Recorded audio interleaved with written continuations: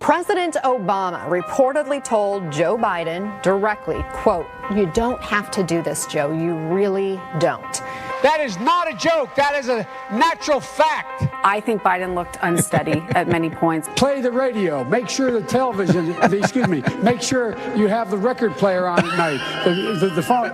He's not the most polished speaker anymore. The president my friend from Vermont thinks that. Watching his long, winding answers that don't really make sense in recent debates has also raised the question as to whether that has gotten worse and whether he is up for this. The fact is that the bills that the future president here. There's a lot of people who are concerned about Joe Biden's ability to carry the ball all the way across the end line without fumbling. Go to Joe 30330. He looked kind of unsteady and almost deer in the headlights. So what are we doing?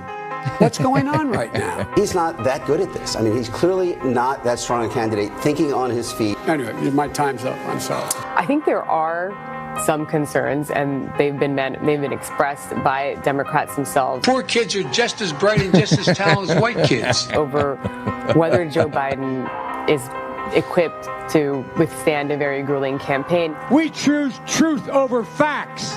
Joe Biden was really shaky, both because he was stumbling through his answers. I'm the vice president of the United States. And also because the substance of those answers hasn't really gotten better. Those details are irrelevant. I think we're going to see growing questions, wondering if he has the mental and physical stamina to get through this campaign. I love this place. Look, what's not to like about Vermont in terms of the beauty of it? And what a neat town. Obama warned Biden's aides to make sure Biden didn't embarrass himself. Imagine what would have happened if, God forbid, Barack Obama had been assassinated. Real conversation that is happening among Democrats. Has he lost a step?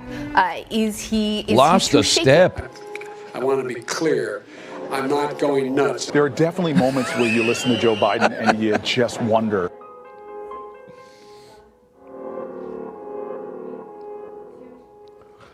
And that's the best they got, ladies and gentlemen. Mr. Joe Biden has just cleaned out the second to last candidate. Bernie is still in, I believe.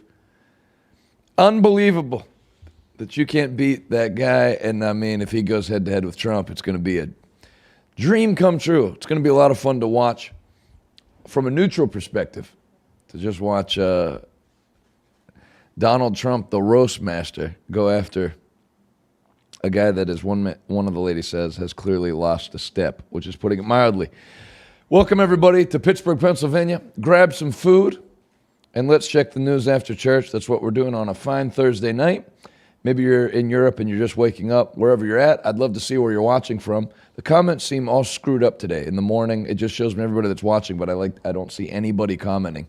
So I don't know if there's anything you can do about that on Facebook. If not, no problem. But I would like to see what people have to say. It says grab some food. I got some coming at 11:14. Chiang is coming my way. Xiang. I'm going to go with Chiang. And he'll be here at 11:14. So my thanks to Chang. I don't know why I'm thanking him. I'm paying him, but I still appreciate it just the same, I guess. Oh, there we go.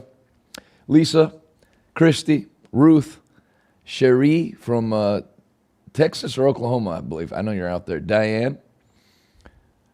Oh, not only is he going to win, it's going to be a lot of fun to watch. YouTube, Kathleen, Lorraine from New Jersey. We love you. Glad you're all here. So the reason I'm dressed like this is not my normal nighttime attire. I've been preaching in Wellsburg, West Virginia. We just got back, and here we premiere the highlight clip of the Thursday night meeting. Tomorrow night is the final night, Friday night, Wellsburg, West Virginia, New Day Christian Center. I know we have people watching from there, and I'm so glad that you are. Had a great week, and here's what happened tonight. God's going to show this world just like he showed Pharaoh. You think you run this place, but there's a God in heaven who has his children on this earth, and when a man pleases God, the Lord goes before him and makes every crooked way straight.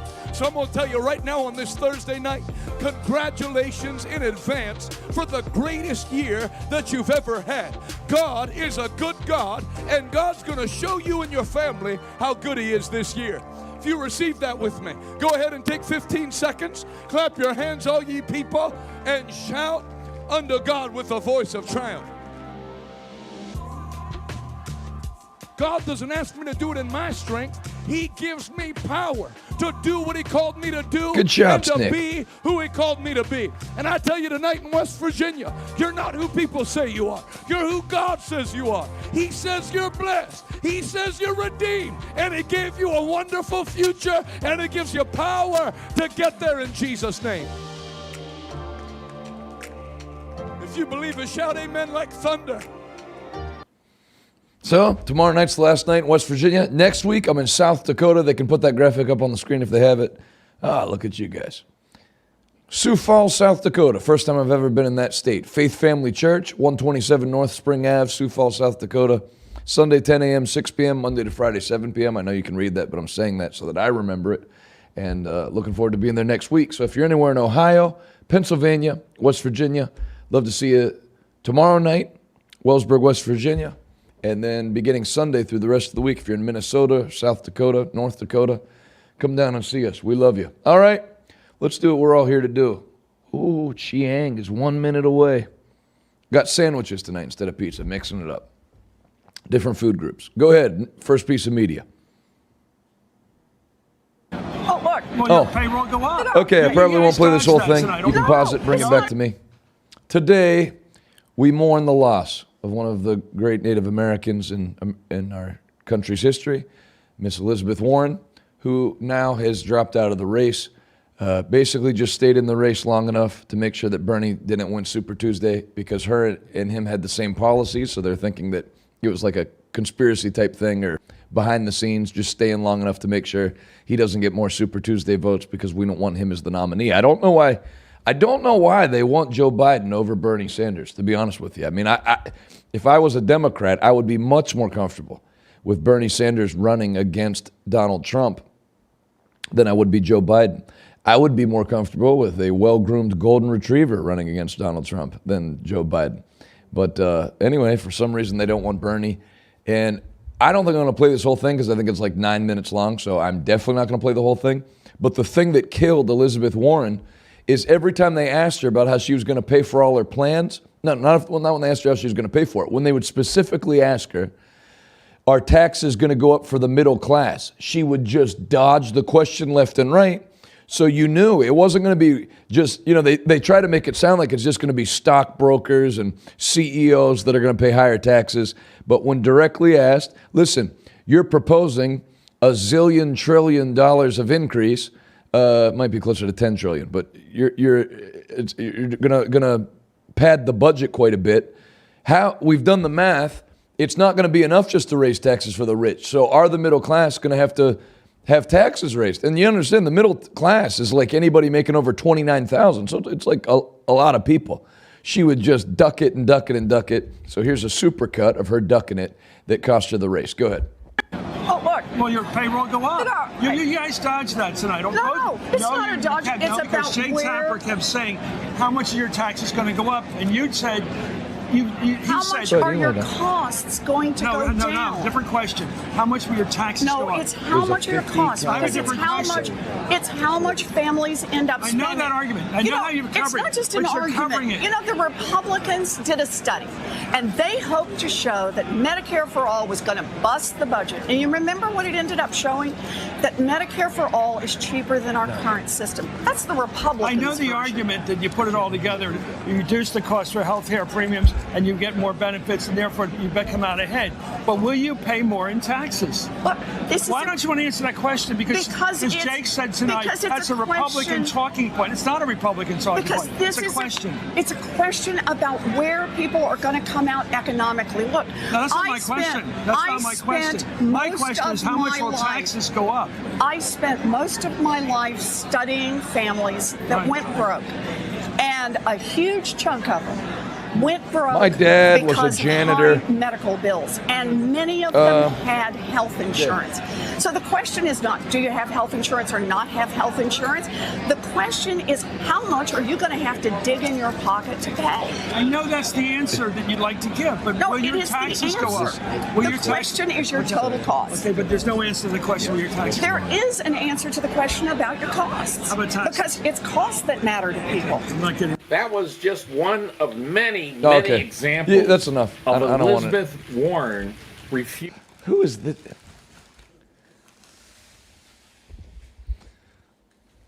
Sorry, we're trying to get these sandwiches sorted out. Actually, I'm not sorry.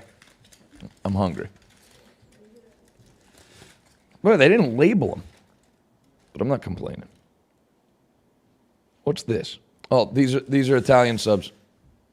Yeah, interested? That's what I got for you. Go ahead. Next piece of media. This is a lady getting dragged out of a Bernie Sanders. Possibly demonized. Let me watch that lady get dragged out again. It was strangely therapeutic to me.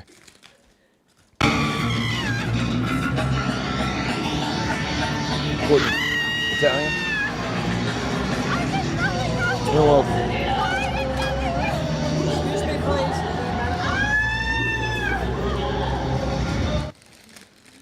One more time. I actually enjoyed it more the second time. Go ahead.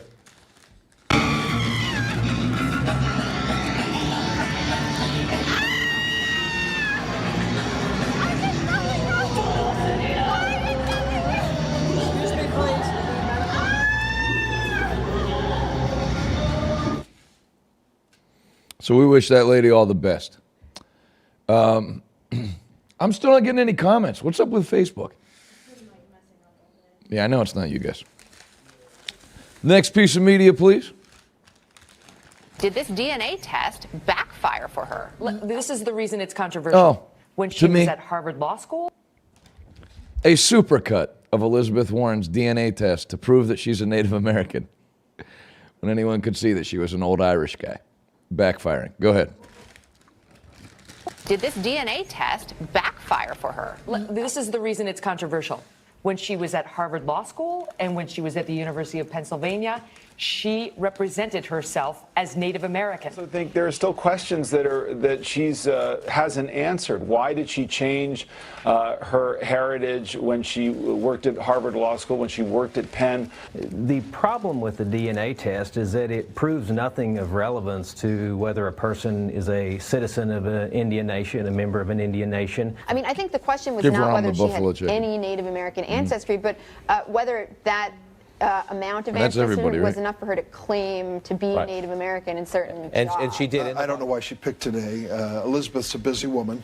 I just wouldn't do this now, not 21 days before the election. To say, well, actually, I have a Native American ancestor between 6 and 10 generations back. I'm not sure how effective that will be. Now, 1 out of 1,024, right? I don't even know how to say that. It's not 1/10, it's not 1/100th. 1/1024s does not allow you to say you're a Cherokee. Just stop, Democrats. Stick to a good, sharp message and value the truth. It's amazing how Donald Trump goads people into that stuff and gets them to do whatever he wants them to do, you know, like calling her Pocahontas and then she wanted to show. Which would have been bad, but I don't know. Trump must get like inside information or whatever. Next piece of media. Here I was, sitting in Los Angeles in my beautiful office. What's that lady's name? Do you know what her name is? Oh, Busy Phillips? This is a lady named Busy Phillips speaking at a pro-abortion rally. And when you hear the disgusting things she says, if Roe versus Wade gets overturned, you know, if I was a pro-abortion person, I would not allow people like this to speak, because the way abortion got legalized were people saying that it needs to be safe, legal, and rare. That, you know, cases of rape, that's like what they did on. Well, now you get these lunatics saying lunatic things.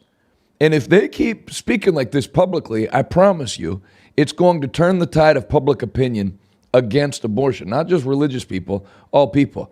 This is a woman named Busy Phillips, who I never knew of before this, and I still kind of wish I didn't know about her, speaking about abortion at a rally. Go ahead. Here I was, sitting in Los Angeles in my beautiful office of my own late-night talk show. Soon I would be driving my hybrid car to my beautiful fucking home to kiss my 2 beautiful and healthy children and my husband who had taken the year off to parent so I could focus on my career. And I have all of this, all of it, because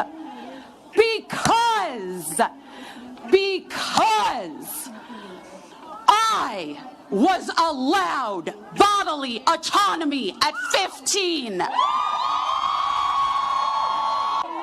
I will not be shamed into being quiet. We will not be shamed into being quiet. Never again. Someone should shame you into being quiet. I will never stop talking about my abortion or my periods or my experiences in childbirth, my episiotomies, my yeast infections, or my ovulation that lines up with the moon.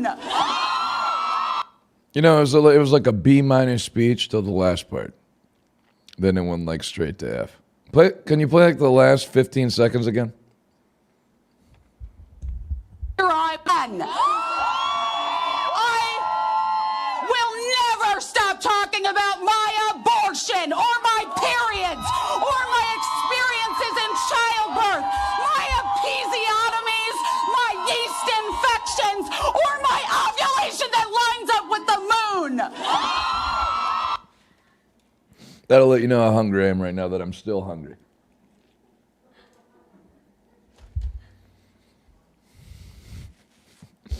Because that's not really table talk. Anyway, they're going to undo their own cause. Next piece of media.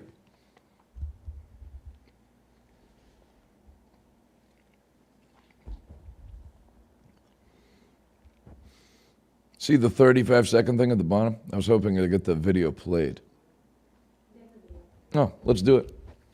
You are Town really hall in Pennsylvania the typical voter. I think you are lifelong Democrat who crossed over and voted for President Trump in 2016 in areas like we are in right now in Luzerne and Lackawanna County. So, you know, obviously now Joe Biden or Bernie Sanders, whoever it is going to try to get your vote back. So I'm curious.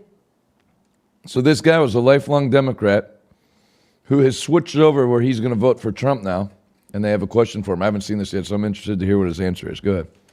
Democrat who crossed over and voted for President Trump in 2016 in areas like we are in right now in Luzerne and Lackawanna County. So, you know, obviously now Joe Biden or Bernie Sanders, whoever it is going to try to get your vote back. So I'm curious, is there anything that or any issue that they could answer for you that would change your mind, do you think? I'm focused on the economy and on regulation and deregulation, and I like what's happened in the country in the last 4 years. And I'm thankful for your efforts, sir, and I hope we can continue on that. So the answer would be no. Nothing would change your mind. No, he's shaking his head. Nothing would change his mind. Good to hear. Good answer. Hey, Ed Vargas, good to see you. My grandmother, Carlene Shuttlesworth. I love you. Great to have you on. Next piece of media.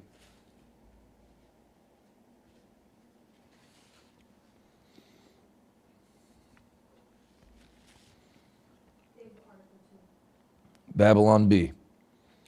Doing great again. They have what again? They have the article. Oh, no. Just that's fine. Coronavirus passes over house with Chick-fil-A smeared on doorposts. Pretty good from the guys at Babylon Bee. Next. This doesn't have anything to do with politics, but I thought Jesse Kelly had something great on Twitter here, because this astounds me every time I'm on a plane. Pro tip, if you're walking down the aisle of a plane and you have a bag or purse over your shoulder, it actually didn't disappear from existence. I promise. It's still very much there, not that enjoyable when you hit people with it. I'm telling you, probably 1 out of 3, maybe very conservatively 1 out of 5 people that get on a plane have a massive backpack or purse over their shoulder, and just, it's over here. Just slap everybody on the side of the aisle with it. So yes, good job, Mr. Jesse Kelly. By the way, I will take any questions tonight that anyone has, or I'll add in with it. You're going to have a question about politics, life, the Bible, ministry, or I'd also like to hear how you found us, because I'm interested in that. Whether you heard me preach live or if you found me on social media or television, you can call that number. We can have a little late night chat as we check the news together and enjoy some food. Next piece of media.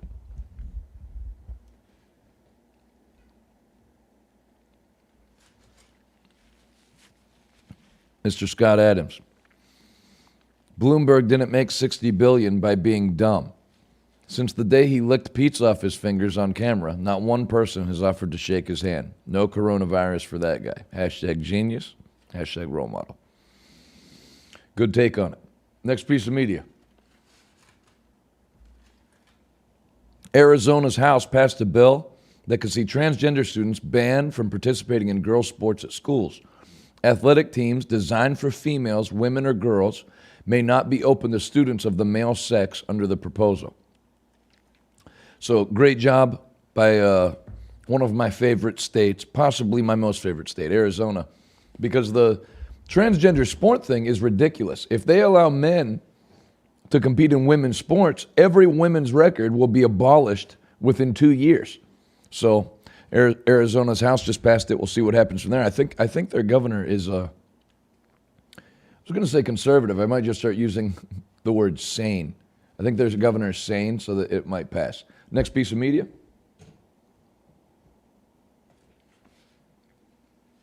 Oh, what a perfect lead-in.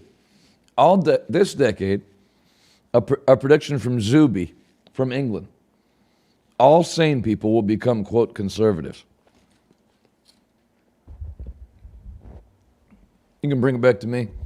There's a comedian that I follow who's considered a conservative now, and he had an interesting statement.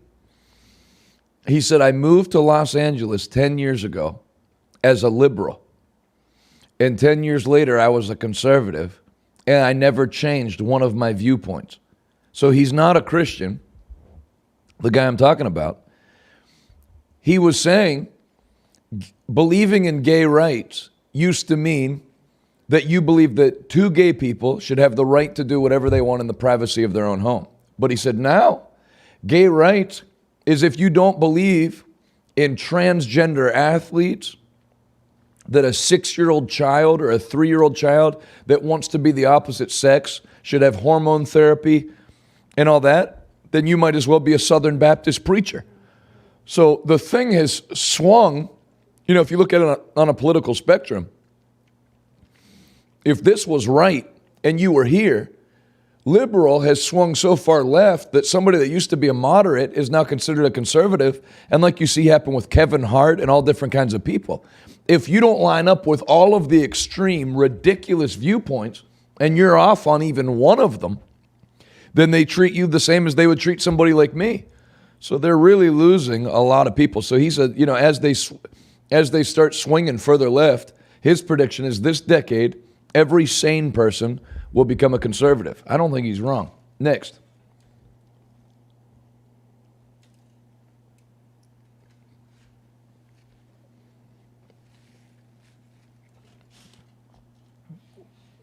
With everybody trying to get us to drive clean cars and all the government regulations, this volcano just spewed more CO2 than every car ever driven in history. Climate change is natural. Taxing us into poverty isn't the answer. So here's 7 seconds of footage of Mount. I'm not even going to try to pronounce it.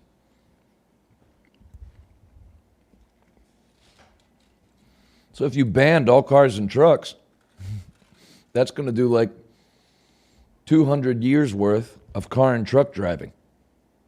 So it's stupid to blame it on human beings because the mountains won't cooperate. Next piece of media. Oh, same thing. We can skip it. Next. Carl, there's a real tornado. Pause it. This guy's trapped in a crane, 300 and some feet in the air, I think, maybe 500 feet in the air, somewhere around there. That deadly tornado that went through Nashville. Can you imagine being this guy? You're trapped up here, and he's looking down on the tornado. Here's the footage. Carl, there's a real tornado right there.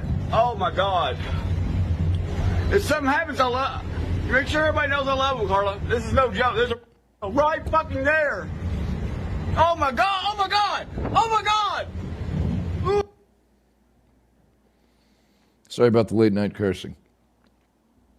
I'll start putting a language warning up. I didn't watch any of these ahead of time. Probably should have done it. Next video. Tweet of the day. Liz Warren has to leave a race. Not the first time. Great job by Greg Gutfield. Next. The three frontrunners in most polls are all white men. Yeah. Is sexism playing a role still? I think sexism absolutely plays a role. I mean, I do think there is a gender piece here that we still suck at talking about. It's something to see all three the top of the polls being led by three white men, though. What I believe to be the elephant in the room about my campaign. What is that?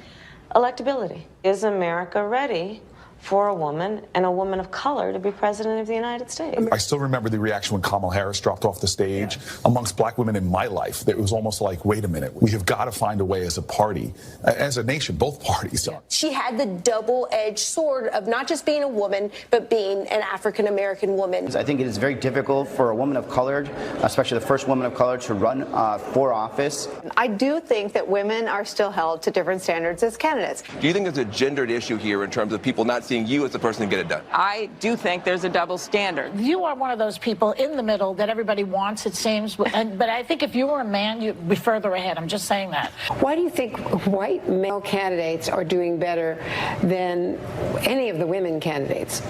Well, I don't know. 6 women of color that quit your Nevada campaign with complaints of a toxic work environment and tokenism. Racism and oppression in this country have left a long legacy. The Iowa caucus is essentially the perfect example of systemic racism. There's something about leadership and what that looks like that makes us gravitate towards men and even white men. So, people don't want to face facts. First of all, you can't say that it's a racist country because we already voted in a black president. Then secondly, yes, we haven't had a woman president, but we have a woman Supreme Court justice, many women in politics who have won elections against men in the Senate and House. So at some point, you may just have to look yourself in the mirror and realize, I suck. I couldn't beat Joe Biden, who doesn't know what planet he's on right now. What are we doing? What's going on right now? I lost to a man who gave part of his speech facing the digital background behind him instead of the crowd. You're terrible. Your policies were terrible. You know, people aren't looking to have their, like Elizabeth Warren. You didn't lose because there's sexism. You had policies that were going to raise taxes on like every breathing thing, and people saw through it. You couldn't answer questions even on liberal talk shows like the Chris Matthews, and you lost. You lost. Next piece of media.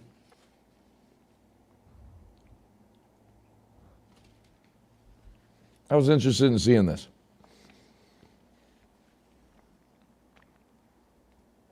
Mark Wahlberg says he will never hide his relationship with God, reveals he shares his faith with his peers. Mark Wahlberg said, then it just, for some reason, says it again in lower font. Great job by the Christian Post, as usual. Actor Mark Wahlberg recently sat down for an interview with Today and shared the details behind his prayer life and why he's so outspoken about his faith. While promoting his new Netflix movie, Spencer Confidential, the Hollywood star got candid about his daily prayer life and devotional practices with Harry Smith. Wahlberg is a devout Catholic who has a strict daily routine that always kicks off with prayer. That's the most important thing. I take a day off. I take 2 days a week off from the gym. I don't take a day off from getting on my hands and my knees and reading my prayer book and my daily devotionals. And first of all, expressing the gratitude that I have for all the blessings that have been bestowed upon me. Then, of course, asking for the strength and guidance to be able to use the talents and gifts that God's given me to help others and inspire and know what is right to do so. To be the best husband I can be and the best father I can be. When describing how much time he puts into his prayer life, Wahlberg shared that it depends on how long his prayer list is. 20 minutes of praying, actual praying, and then my reading and stuff like that. The Boston native opened up about which passages of the Bible really impacted him. He highlighted the content Jesus taught in Matthew 13. The idea of being good soil and bearing good fruit, where it's sprinkled, how it's used, how you absorb that information. Do you really retain the information? Wahlberg said, yeah, those are the more powerful things. Having faith in God is what informs the actor's everyday life. He told Smith, the father of four, said it helps him reflect on how fortunate and blessed he is and encourages him to be a positive member of the community and the church. All right, you can bring it back to me. I could tell a difference in him. And you know, whether somebody's going to a Catholic church and praying, if somebody's reading their Bible and taking time to pray every day, they're going to have an encounter with God. And I'm sure he has already, and that was pretty cool to read. So good for Mark Wahlberg. Next piece of media. Again, if you're just joining us, this goes back to my earlier point. Millie Weaver says, when pushy abortion advocates wear earrings with alligators eating babies, you know these people embrace evil. This is another lady at the abortion rights rally. You know, you have earrings of a crocodile eating a baby. If you let these people become the voice of the pro-abortion movement, and I'm going to tell you, when you pray, one of the things that God does to answer your prayers is he puts a supernatural stupidity in the camp of the wicked, where they start making choices that undo themselves. And this, if Roe versus Wade does get overturned, it will be because they let those people be the face and voice of the abortion rights movement. Because regular people are not going to gel with that. Blue and pink and purple-haired university students that have lost their minds from drugs or whatever else, they may get with that. But that speech that lady gave that I played earlier that I won't play again, that's not like something ministers are going to be against or devout Christians. That's something people are not going to like. Next piece of media. Your powers are weak, old man. You can't win, Darth. Do you have the tweet or just the video? I shall become more powerful than you can possibly imagine. Get the tweet real quick. Yeah, give me 1 second. They're going to get the tweet that goes along with that. This has to do with Mike Bloomberg and Donald Trump. One of the funniest things of the day. Is this the last piece of media of the day? Yeah. So you can put the number up on the bottom of the screen. I'll take a call or two before we call it a night after we go through these last two pieces of media. Any questions about life? If I'd also be interested in knowing how you found us. 412-206-6274.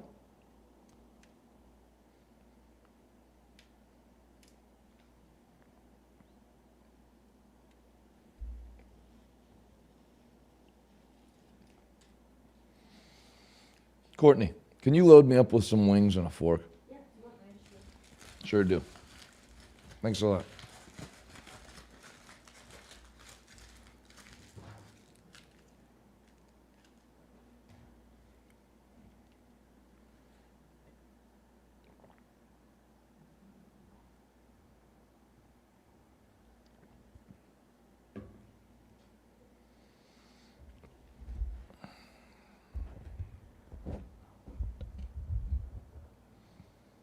How are the sandwiches?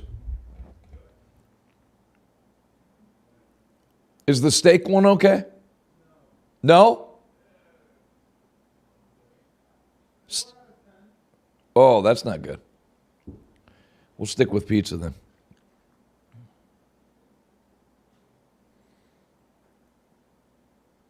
That's true, Pastor Tyler. By the way, the comments just came up, so I wasn't ignoring you guys the whole time. Couldn't see it till right now.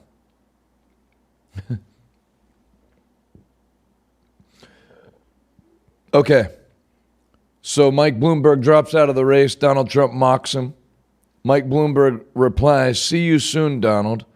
And for some reason, tweets a 3-second clip of Darth Vader lightsabering with whoever else. I never watched Star Wars. Your powers are weak, old man. You can't win, Darth. If you strike Obi-Wan Kenobi. I shall become more powerful than you can possibly imagine.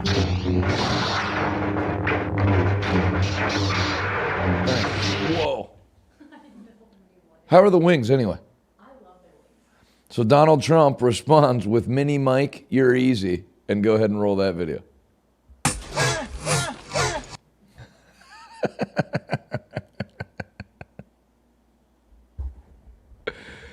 Pretty funny, that guy in his 70s and still comes out swinging. One more video. Last one of the night. Let's see it. I'll pause it. Bring it to me. Many of you probably have seen this. This is not from today. This is one of the greatest worship clips in the history of the church. A lady leading the song. What's the name of that song, Rom? Oceans. And the drummer, apparently still on some type of methamphetamine, some holdover from late 1980s drumming. As soon as there's a pause, goes into the hardest 80s drum solo you could ever go into. Enjoy. Praise, for I am yours, and you are mine.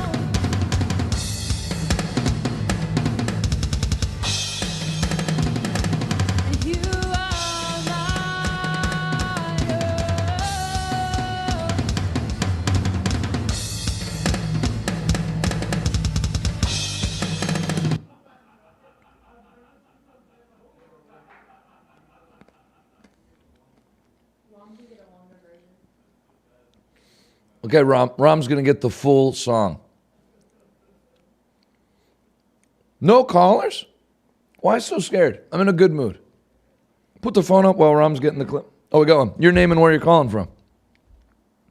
This is Cherie from Oklahoma City. Oh, hey. Nice to speak with you. I met you in Fort Worth. Yes, you did. Yeah, I've been trying to get back into another meeting. And we've been traveling as well this year, so it's been crazy.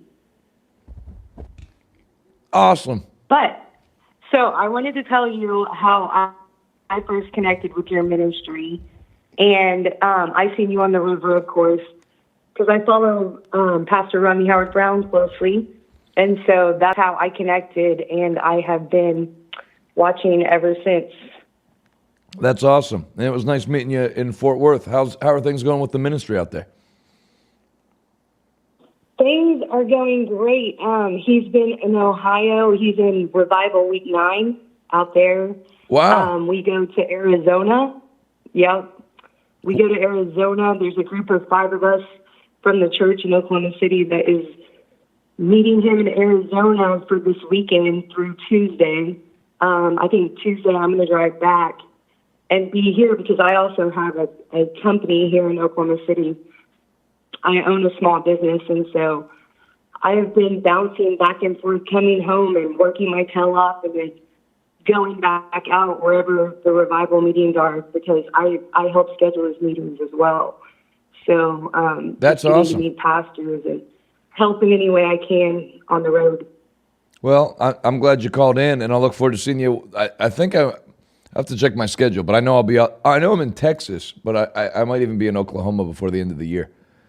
Well, what we're trying to do, and we're getting with your offices and our coordinators working things out too, is hopefully when you come to Tulsa, we're going to see if on the end of that trip we can have you stop in Oklahoma City before you head out.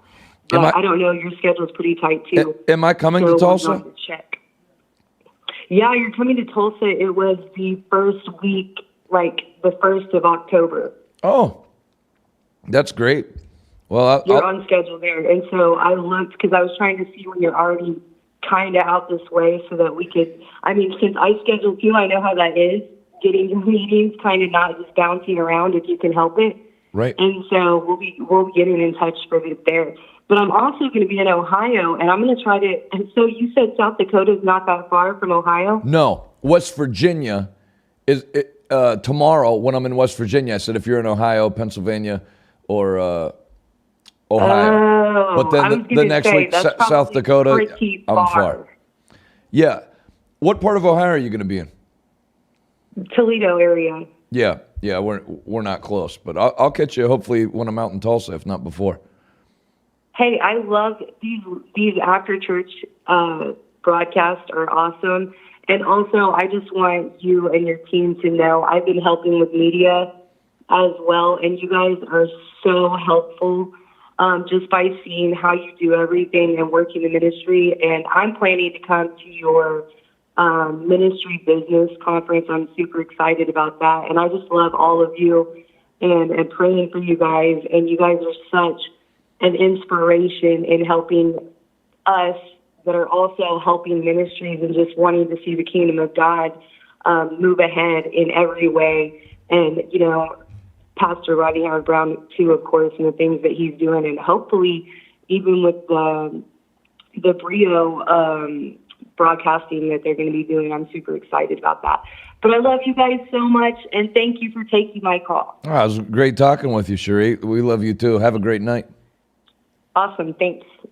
Yeah, and that's business and ministry. That's not like a church meeting. That's if you're interested in media production, any of the stuff we see you do, how to get your ministry set up legally, how to run the finances. We have all of our team teach sessions, and they're 3 days that will take your ministry, your business to another level. You get to talk with great people. So that's June 10th through the 12th.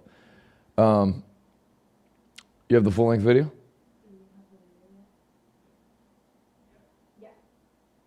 Well, this is the full-length video of one of the most insane drummers in the history. Someone who's never heard the term less is more. Go ahead. And I will call upon your name.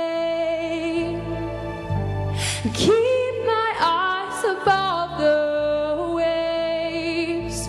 When oceans rise, my soul will rest in your embrace. It should be noted this song's terrible anyway, whether you do good drumming or bad drumming.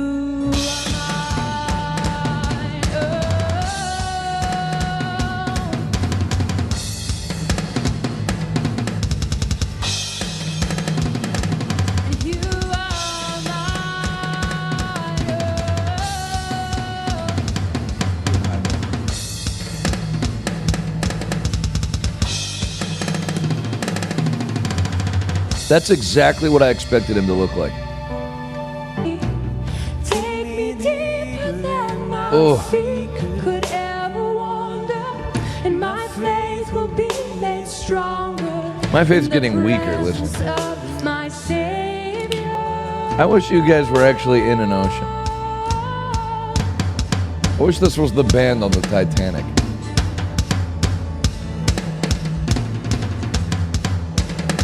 This guy, he gives you an effort. Holy moly.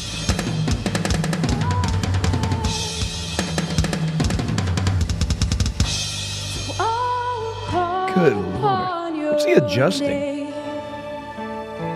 Remember, never pay more than $49.99 for a digital drum set.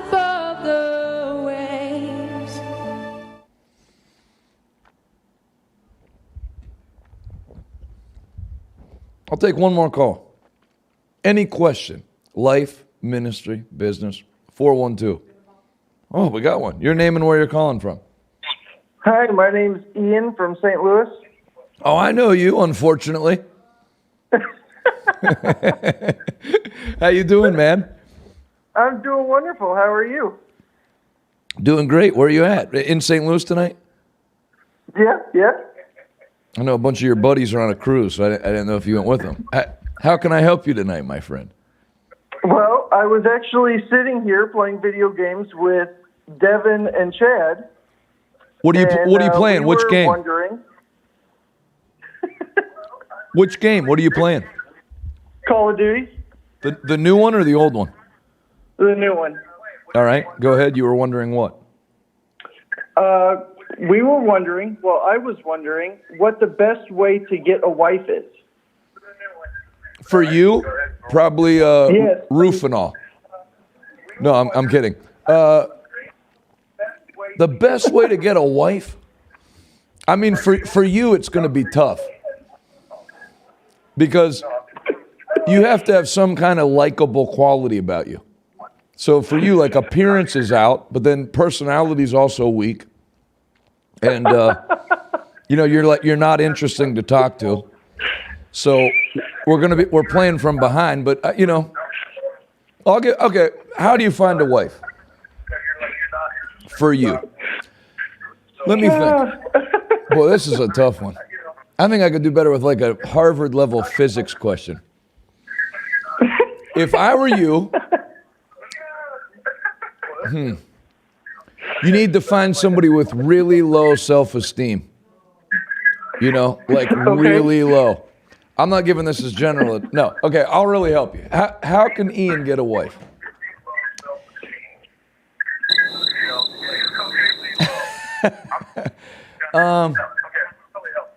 I would say, can I have like 2 weeks to think about it? Sure.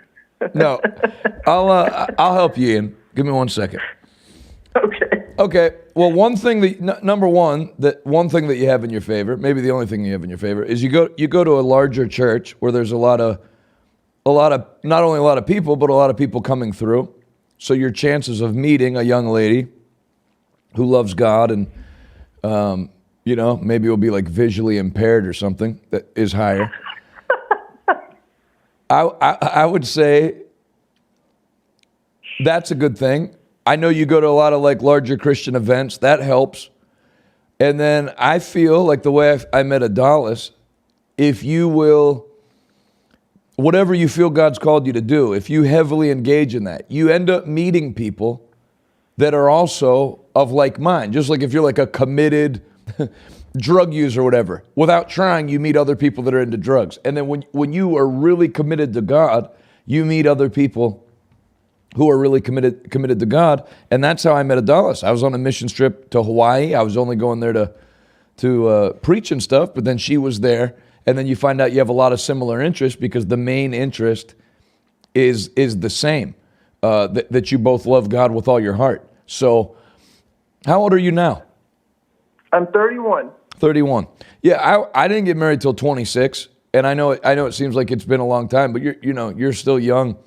I would number one, I'd ask God to help me, especially if I was you. I would ask God to help me. And then no, but really ask God to help you and ask him like God mobilized a kid from another state to be my friend in high school when I didn't have any Christian friends. God will put somebody in your path when you ask him. I'll believe God with you this year. That this year you'll meet somebody that's the right person, that has like very low standards and loves God. All right. I really, no, like all kidding aside, I really will like join my faith with yours that the Lord will drop somebody in your path, that you know it's the right person. I appreciate that one. Yeah, I love you, Ian. I'm glad you called in. You're great. I'm looking forward to hanging out with you again this year. Yeah, definitely. You too. Can't wait. Have fun on and Devin and Chad also say hi. They're on the other end just laughing their heads off right now. I love you guys, like for real. Looking forward to seeing you again. Yeah, you too. Love you. Yeah, love you more. See you, Ian. Yeah, you know what? Maybe we'll close with that. All the single people on tonight, believing for God to send somebody into your path like Ian. I'm going to pray that God helps you out like he helped me out. Father, every person who's watching that's single and desires a wife or a husband, and it seems like there's nobody even to pick from. They go to a small church, hardly know anybody. I pray that you'd help them out this year. And like Pastor Bob Rogers said at the beginning of the year, that this would be a year where people fall in love and get married, and we've already seen it around here. I pray you would help everybody out who wants help in that area. There'd be a lot of weddings before the end of the year. In Jesus' name, especially help my friend Ian, because as you know, Lord, he needs special help in so many areas. But we just ask you tonight in this area that you would help him. In Jesus' name, amen. Well, what does that say? Watch you get. Oh, yeah, that's true, Faith. Summer Steel on. Oh, yeah. You know, I'll see what I can facilitate. Maybe I'll make a list. I'll make my own, like, small dating service where, like, guys I know that are good guys that are single and want to get married, and the same with girls, then just See who likes who. Lonnie. That's great. Yeah, I know. I don't think we had any non-caffeinated drinks back there, so it's not going to keep me up, though.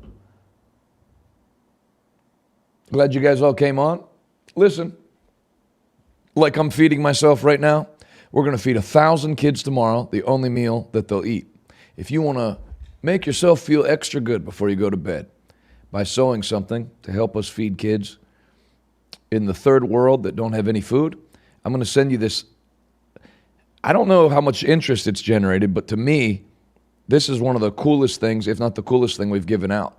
Mike Murdoch's father was a pastor for 70 years, and he made a minister's topical Bible where he broke scriptures into 105 different categories that ministers face. Scripture, so you turn, like chapter 76. What do you do when you face burnout? And then there's scriptures for when you face burnout. What do you do when you feel misunderstood by those you love? What do you do when administrative problems distract you from your spiritual responsibilities? Those are 3, and there's 105 or 106. So I'm going to send this to everybody who tonight sows a seed of any size to help us feed kids in the morning. So hashtag donate on Facebook. You can go to revivaltoday.com and click Give Now. And you can call 412-446-2332 if you're like 9 generations of technology behind. Love you in South Africa. Wonderfontein. I know where Bloemfontein is. I never heard of Wonderfontein. But nice to meet you. Hello. So thanks. Thanks for giving something tonight to stand with us. Kofi, 6:30 to 7:30 tomorrow morning. Me and Adalis, hopefully, but it'll definitely be me. 11 o'clock-ish tomorrow. And then 7 o'clock preaching in West Virginia. And then we'll have our final after-church chat of the week. Hope you enjoyed ending your night like this. For myself, for Courtney, the floor lady, for all the many people we have in the back helping out that have done such a great job this week. We love you. I will leave you with a supercut of Joe Biden giving silent cries for help. Love you so much. Enjoy the clips. President Obama reportedly told Joe Biden directly, quote, "You don't have to do this, Joe. You really don't." That is not a joke. That is a natural fact. I think Biden looked unsteady at many points. Play the radio. Make sure the television, make sure you have the record player on at night, the phone. He's not the most polished speaker anymore. The president my friend from Vermont thinks that. Watching his long, winding answers that don't really make sense in recent debates has also raised the question as to whether that has gotten worse and whether he is up for this. The fact is that the bills that the future president here. There's a lot of people who are concerned about Joe Biden's ability to carry the ball all the way across the end line without fumbling. Go to Joe 30330. He looked kind of unsteady and almost deer in the headlights. So what are we doing? What's going on right now? He's not that good at this. I mean, he's clearly not that strong a candidate, thinking on his feet. Anyway, my time's up. I'm sorry. I think there are some concerns, and they've been expressed by Democrats themselves. Poor kids are just as bright and just as talented as white kids. Over whether Joe Biden is equipped to withstand a very grueling campaign. We choose truth over facts. Joe Biden was really shaky, both because he was stumbling through his answers. I'm the vice president of the United States. And also because the substance of those answers hasn't really gotten better. Those details are irrelevant. I think we're going to see growing questions, wondering if he has the mental and physical stamina to get through this campaign. I love this place. Look, what's not to like about Vermont in terms of the beauty of it, and what a neat town. Obama warned Biden's aides to make sure Biden didn't embarrass himself. Imagine what would have happened if, God forbid, Barack Obama had been assassinated. It's a real conversation that is happening among Democrats. Has he lost a step? Is he too shaky? I want to be clear. I'm not going nuts. There are definitely moments where you listen to Joe Biden and you just wonder,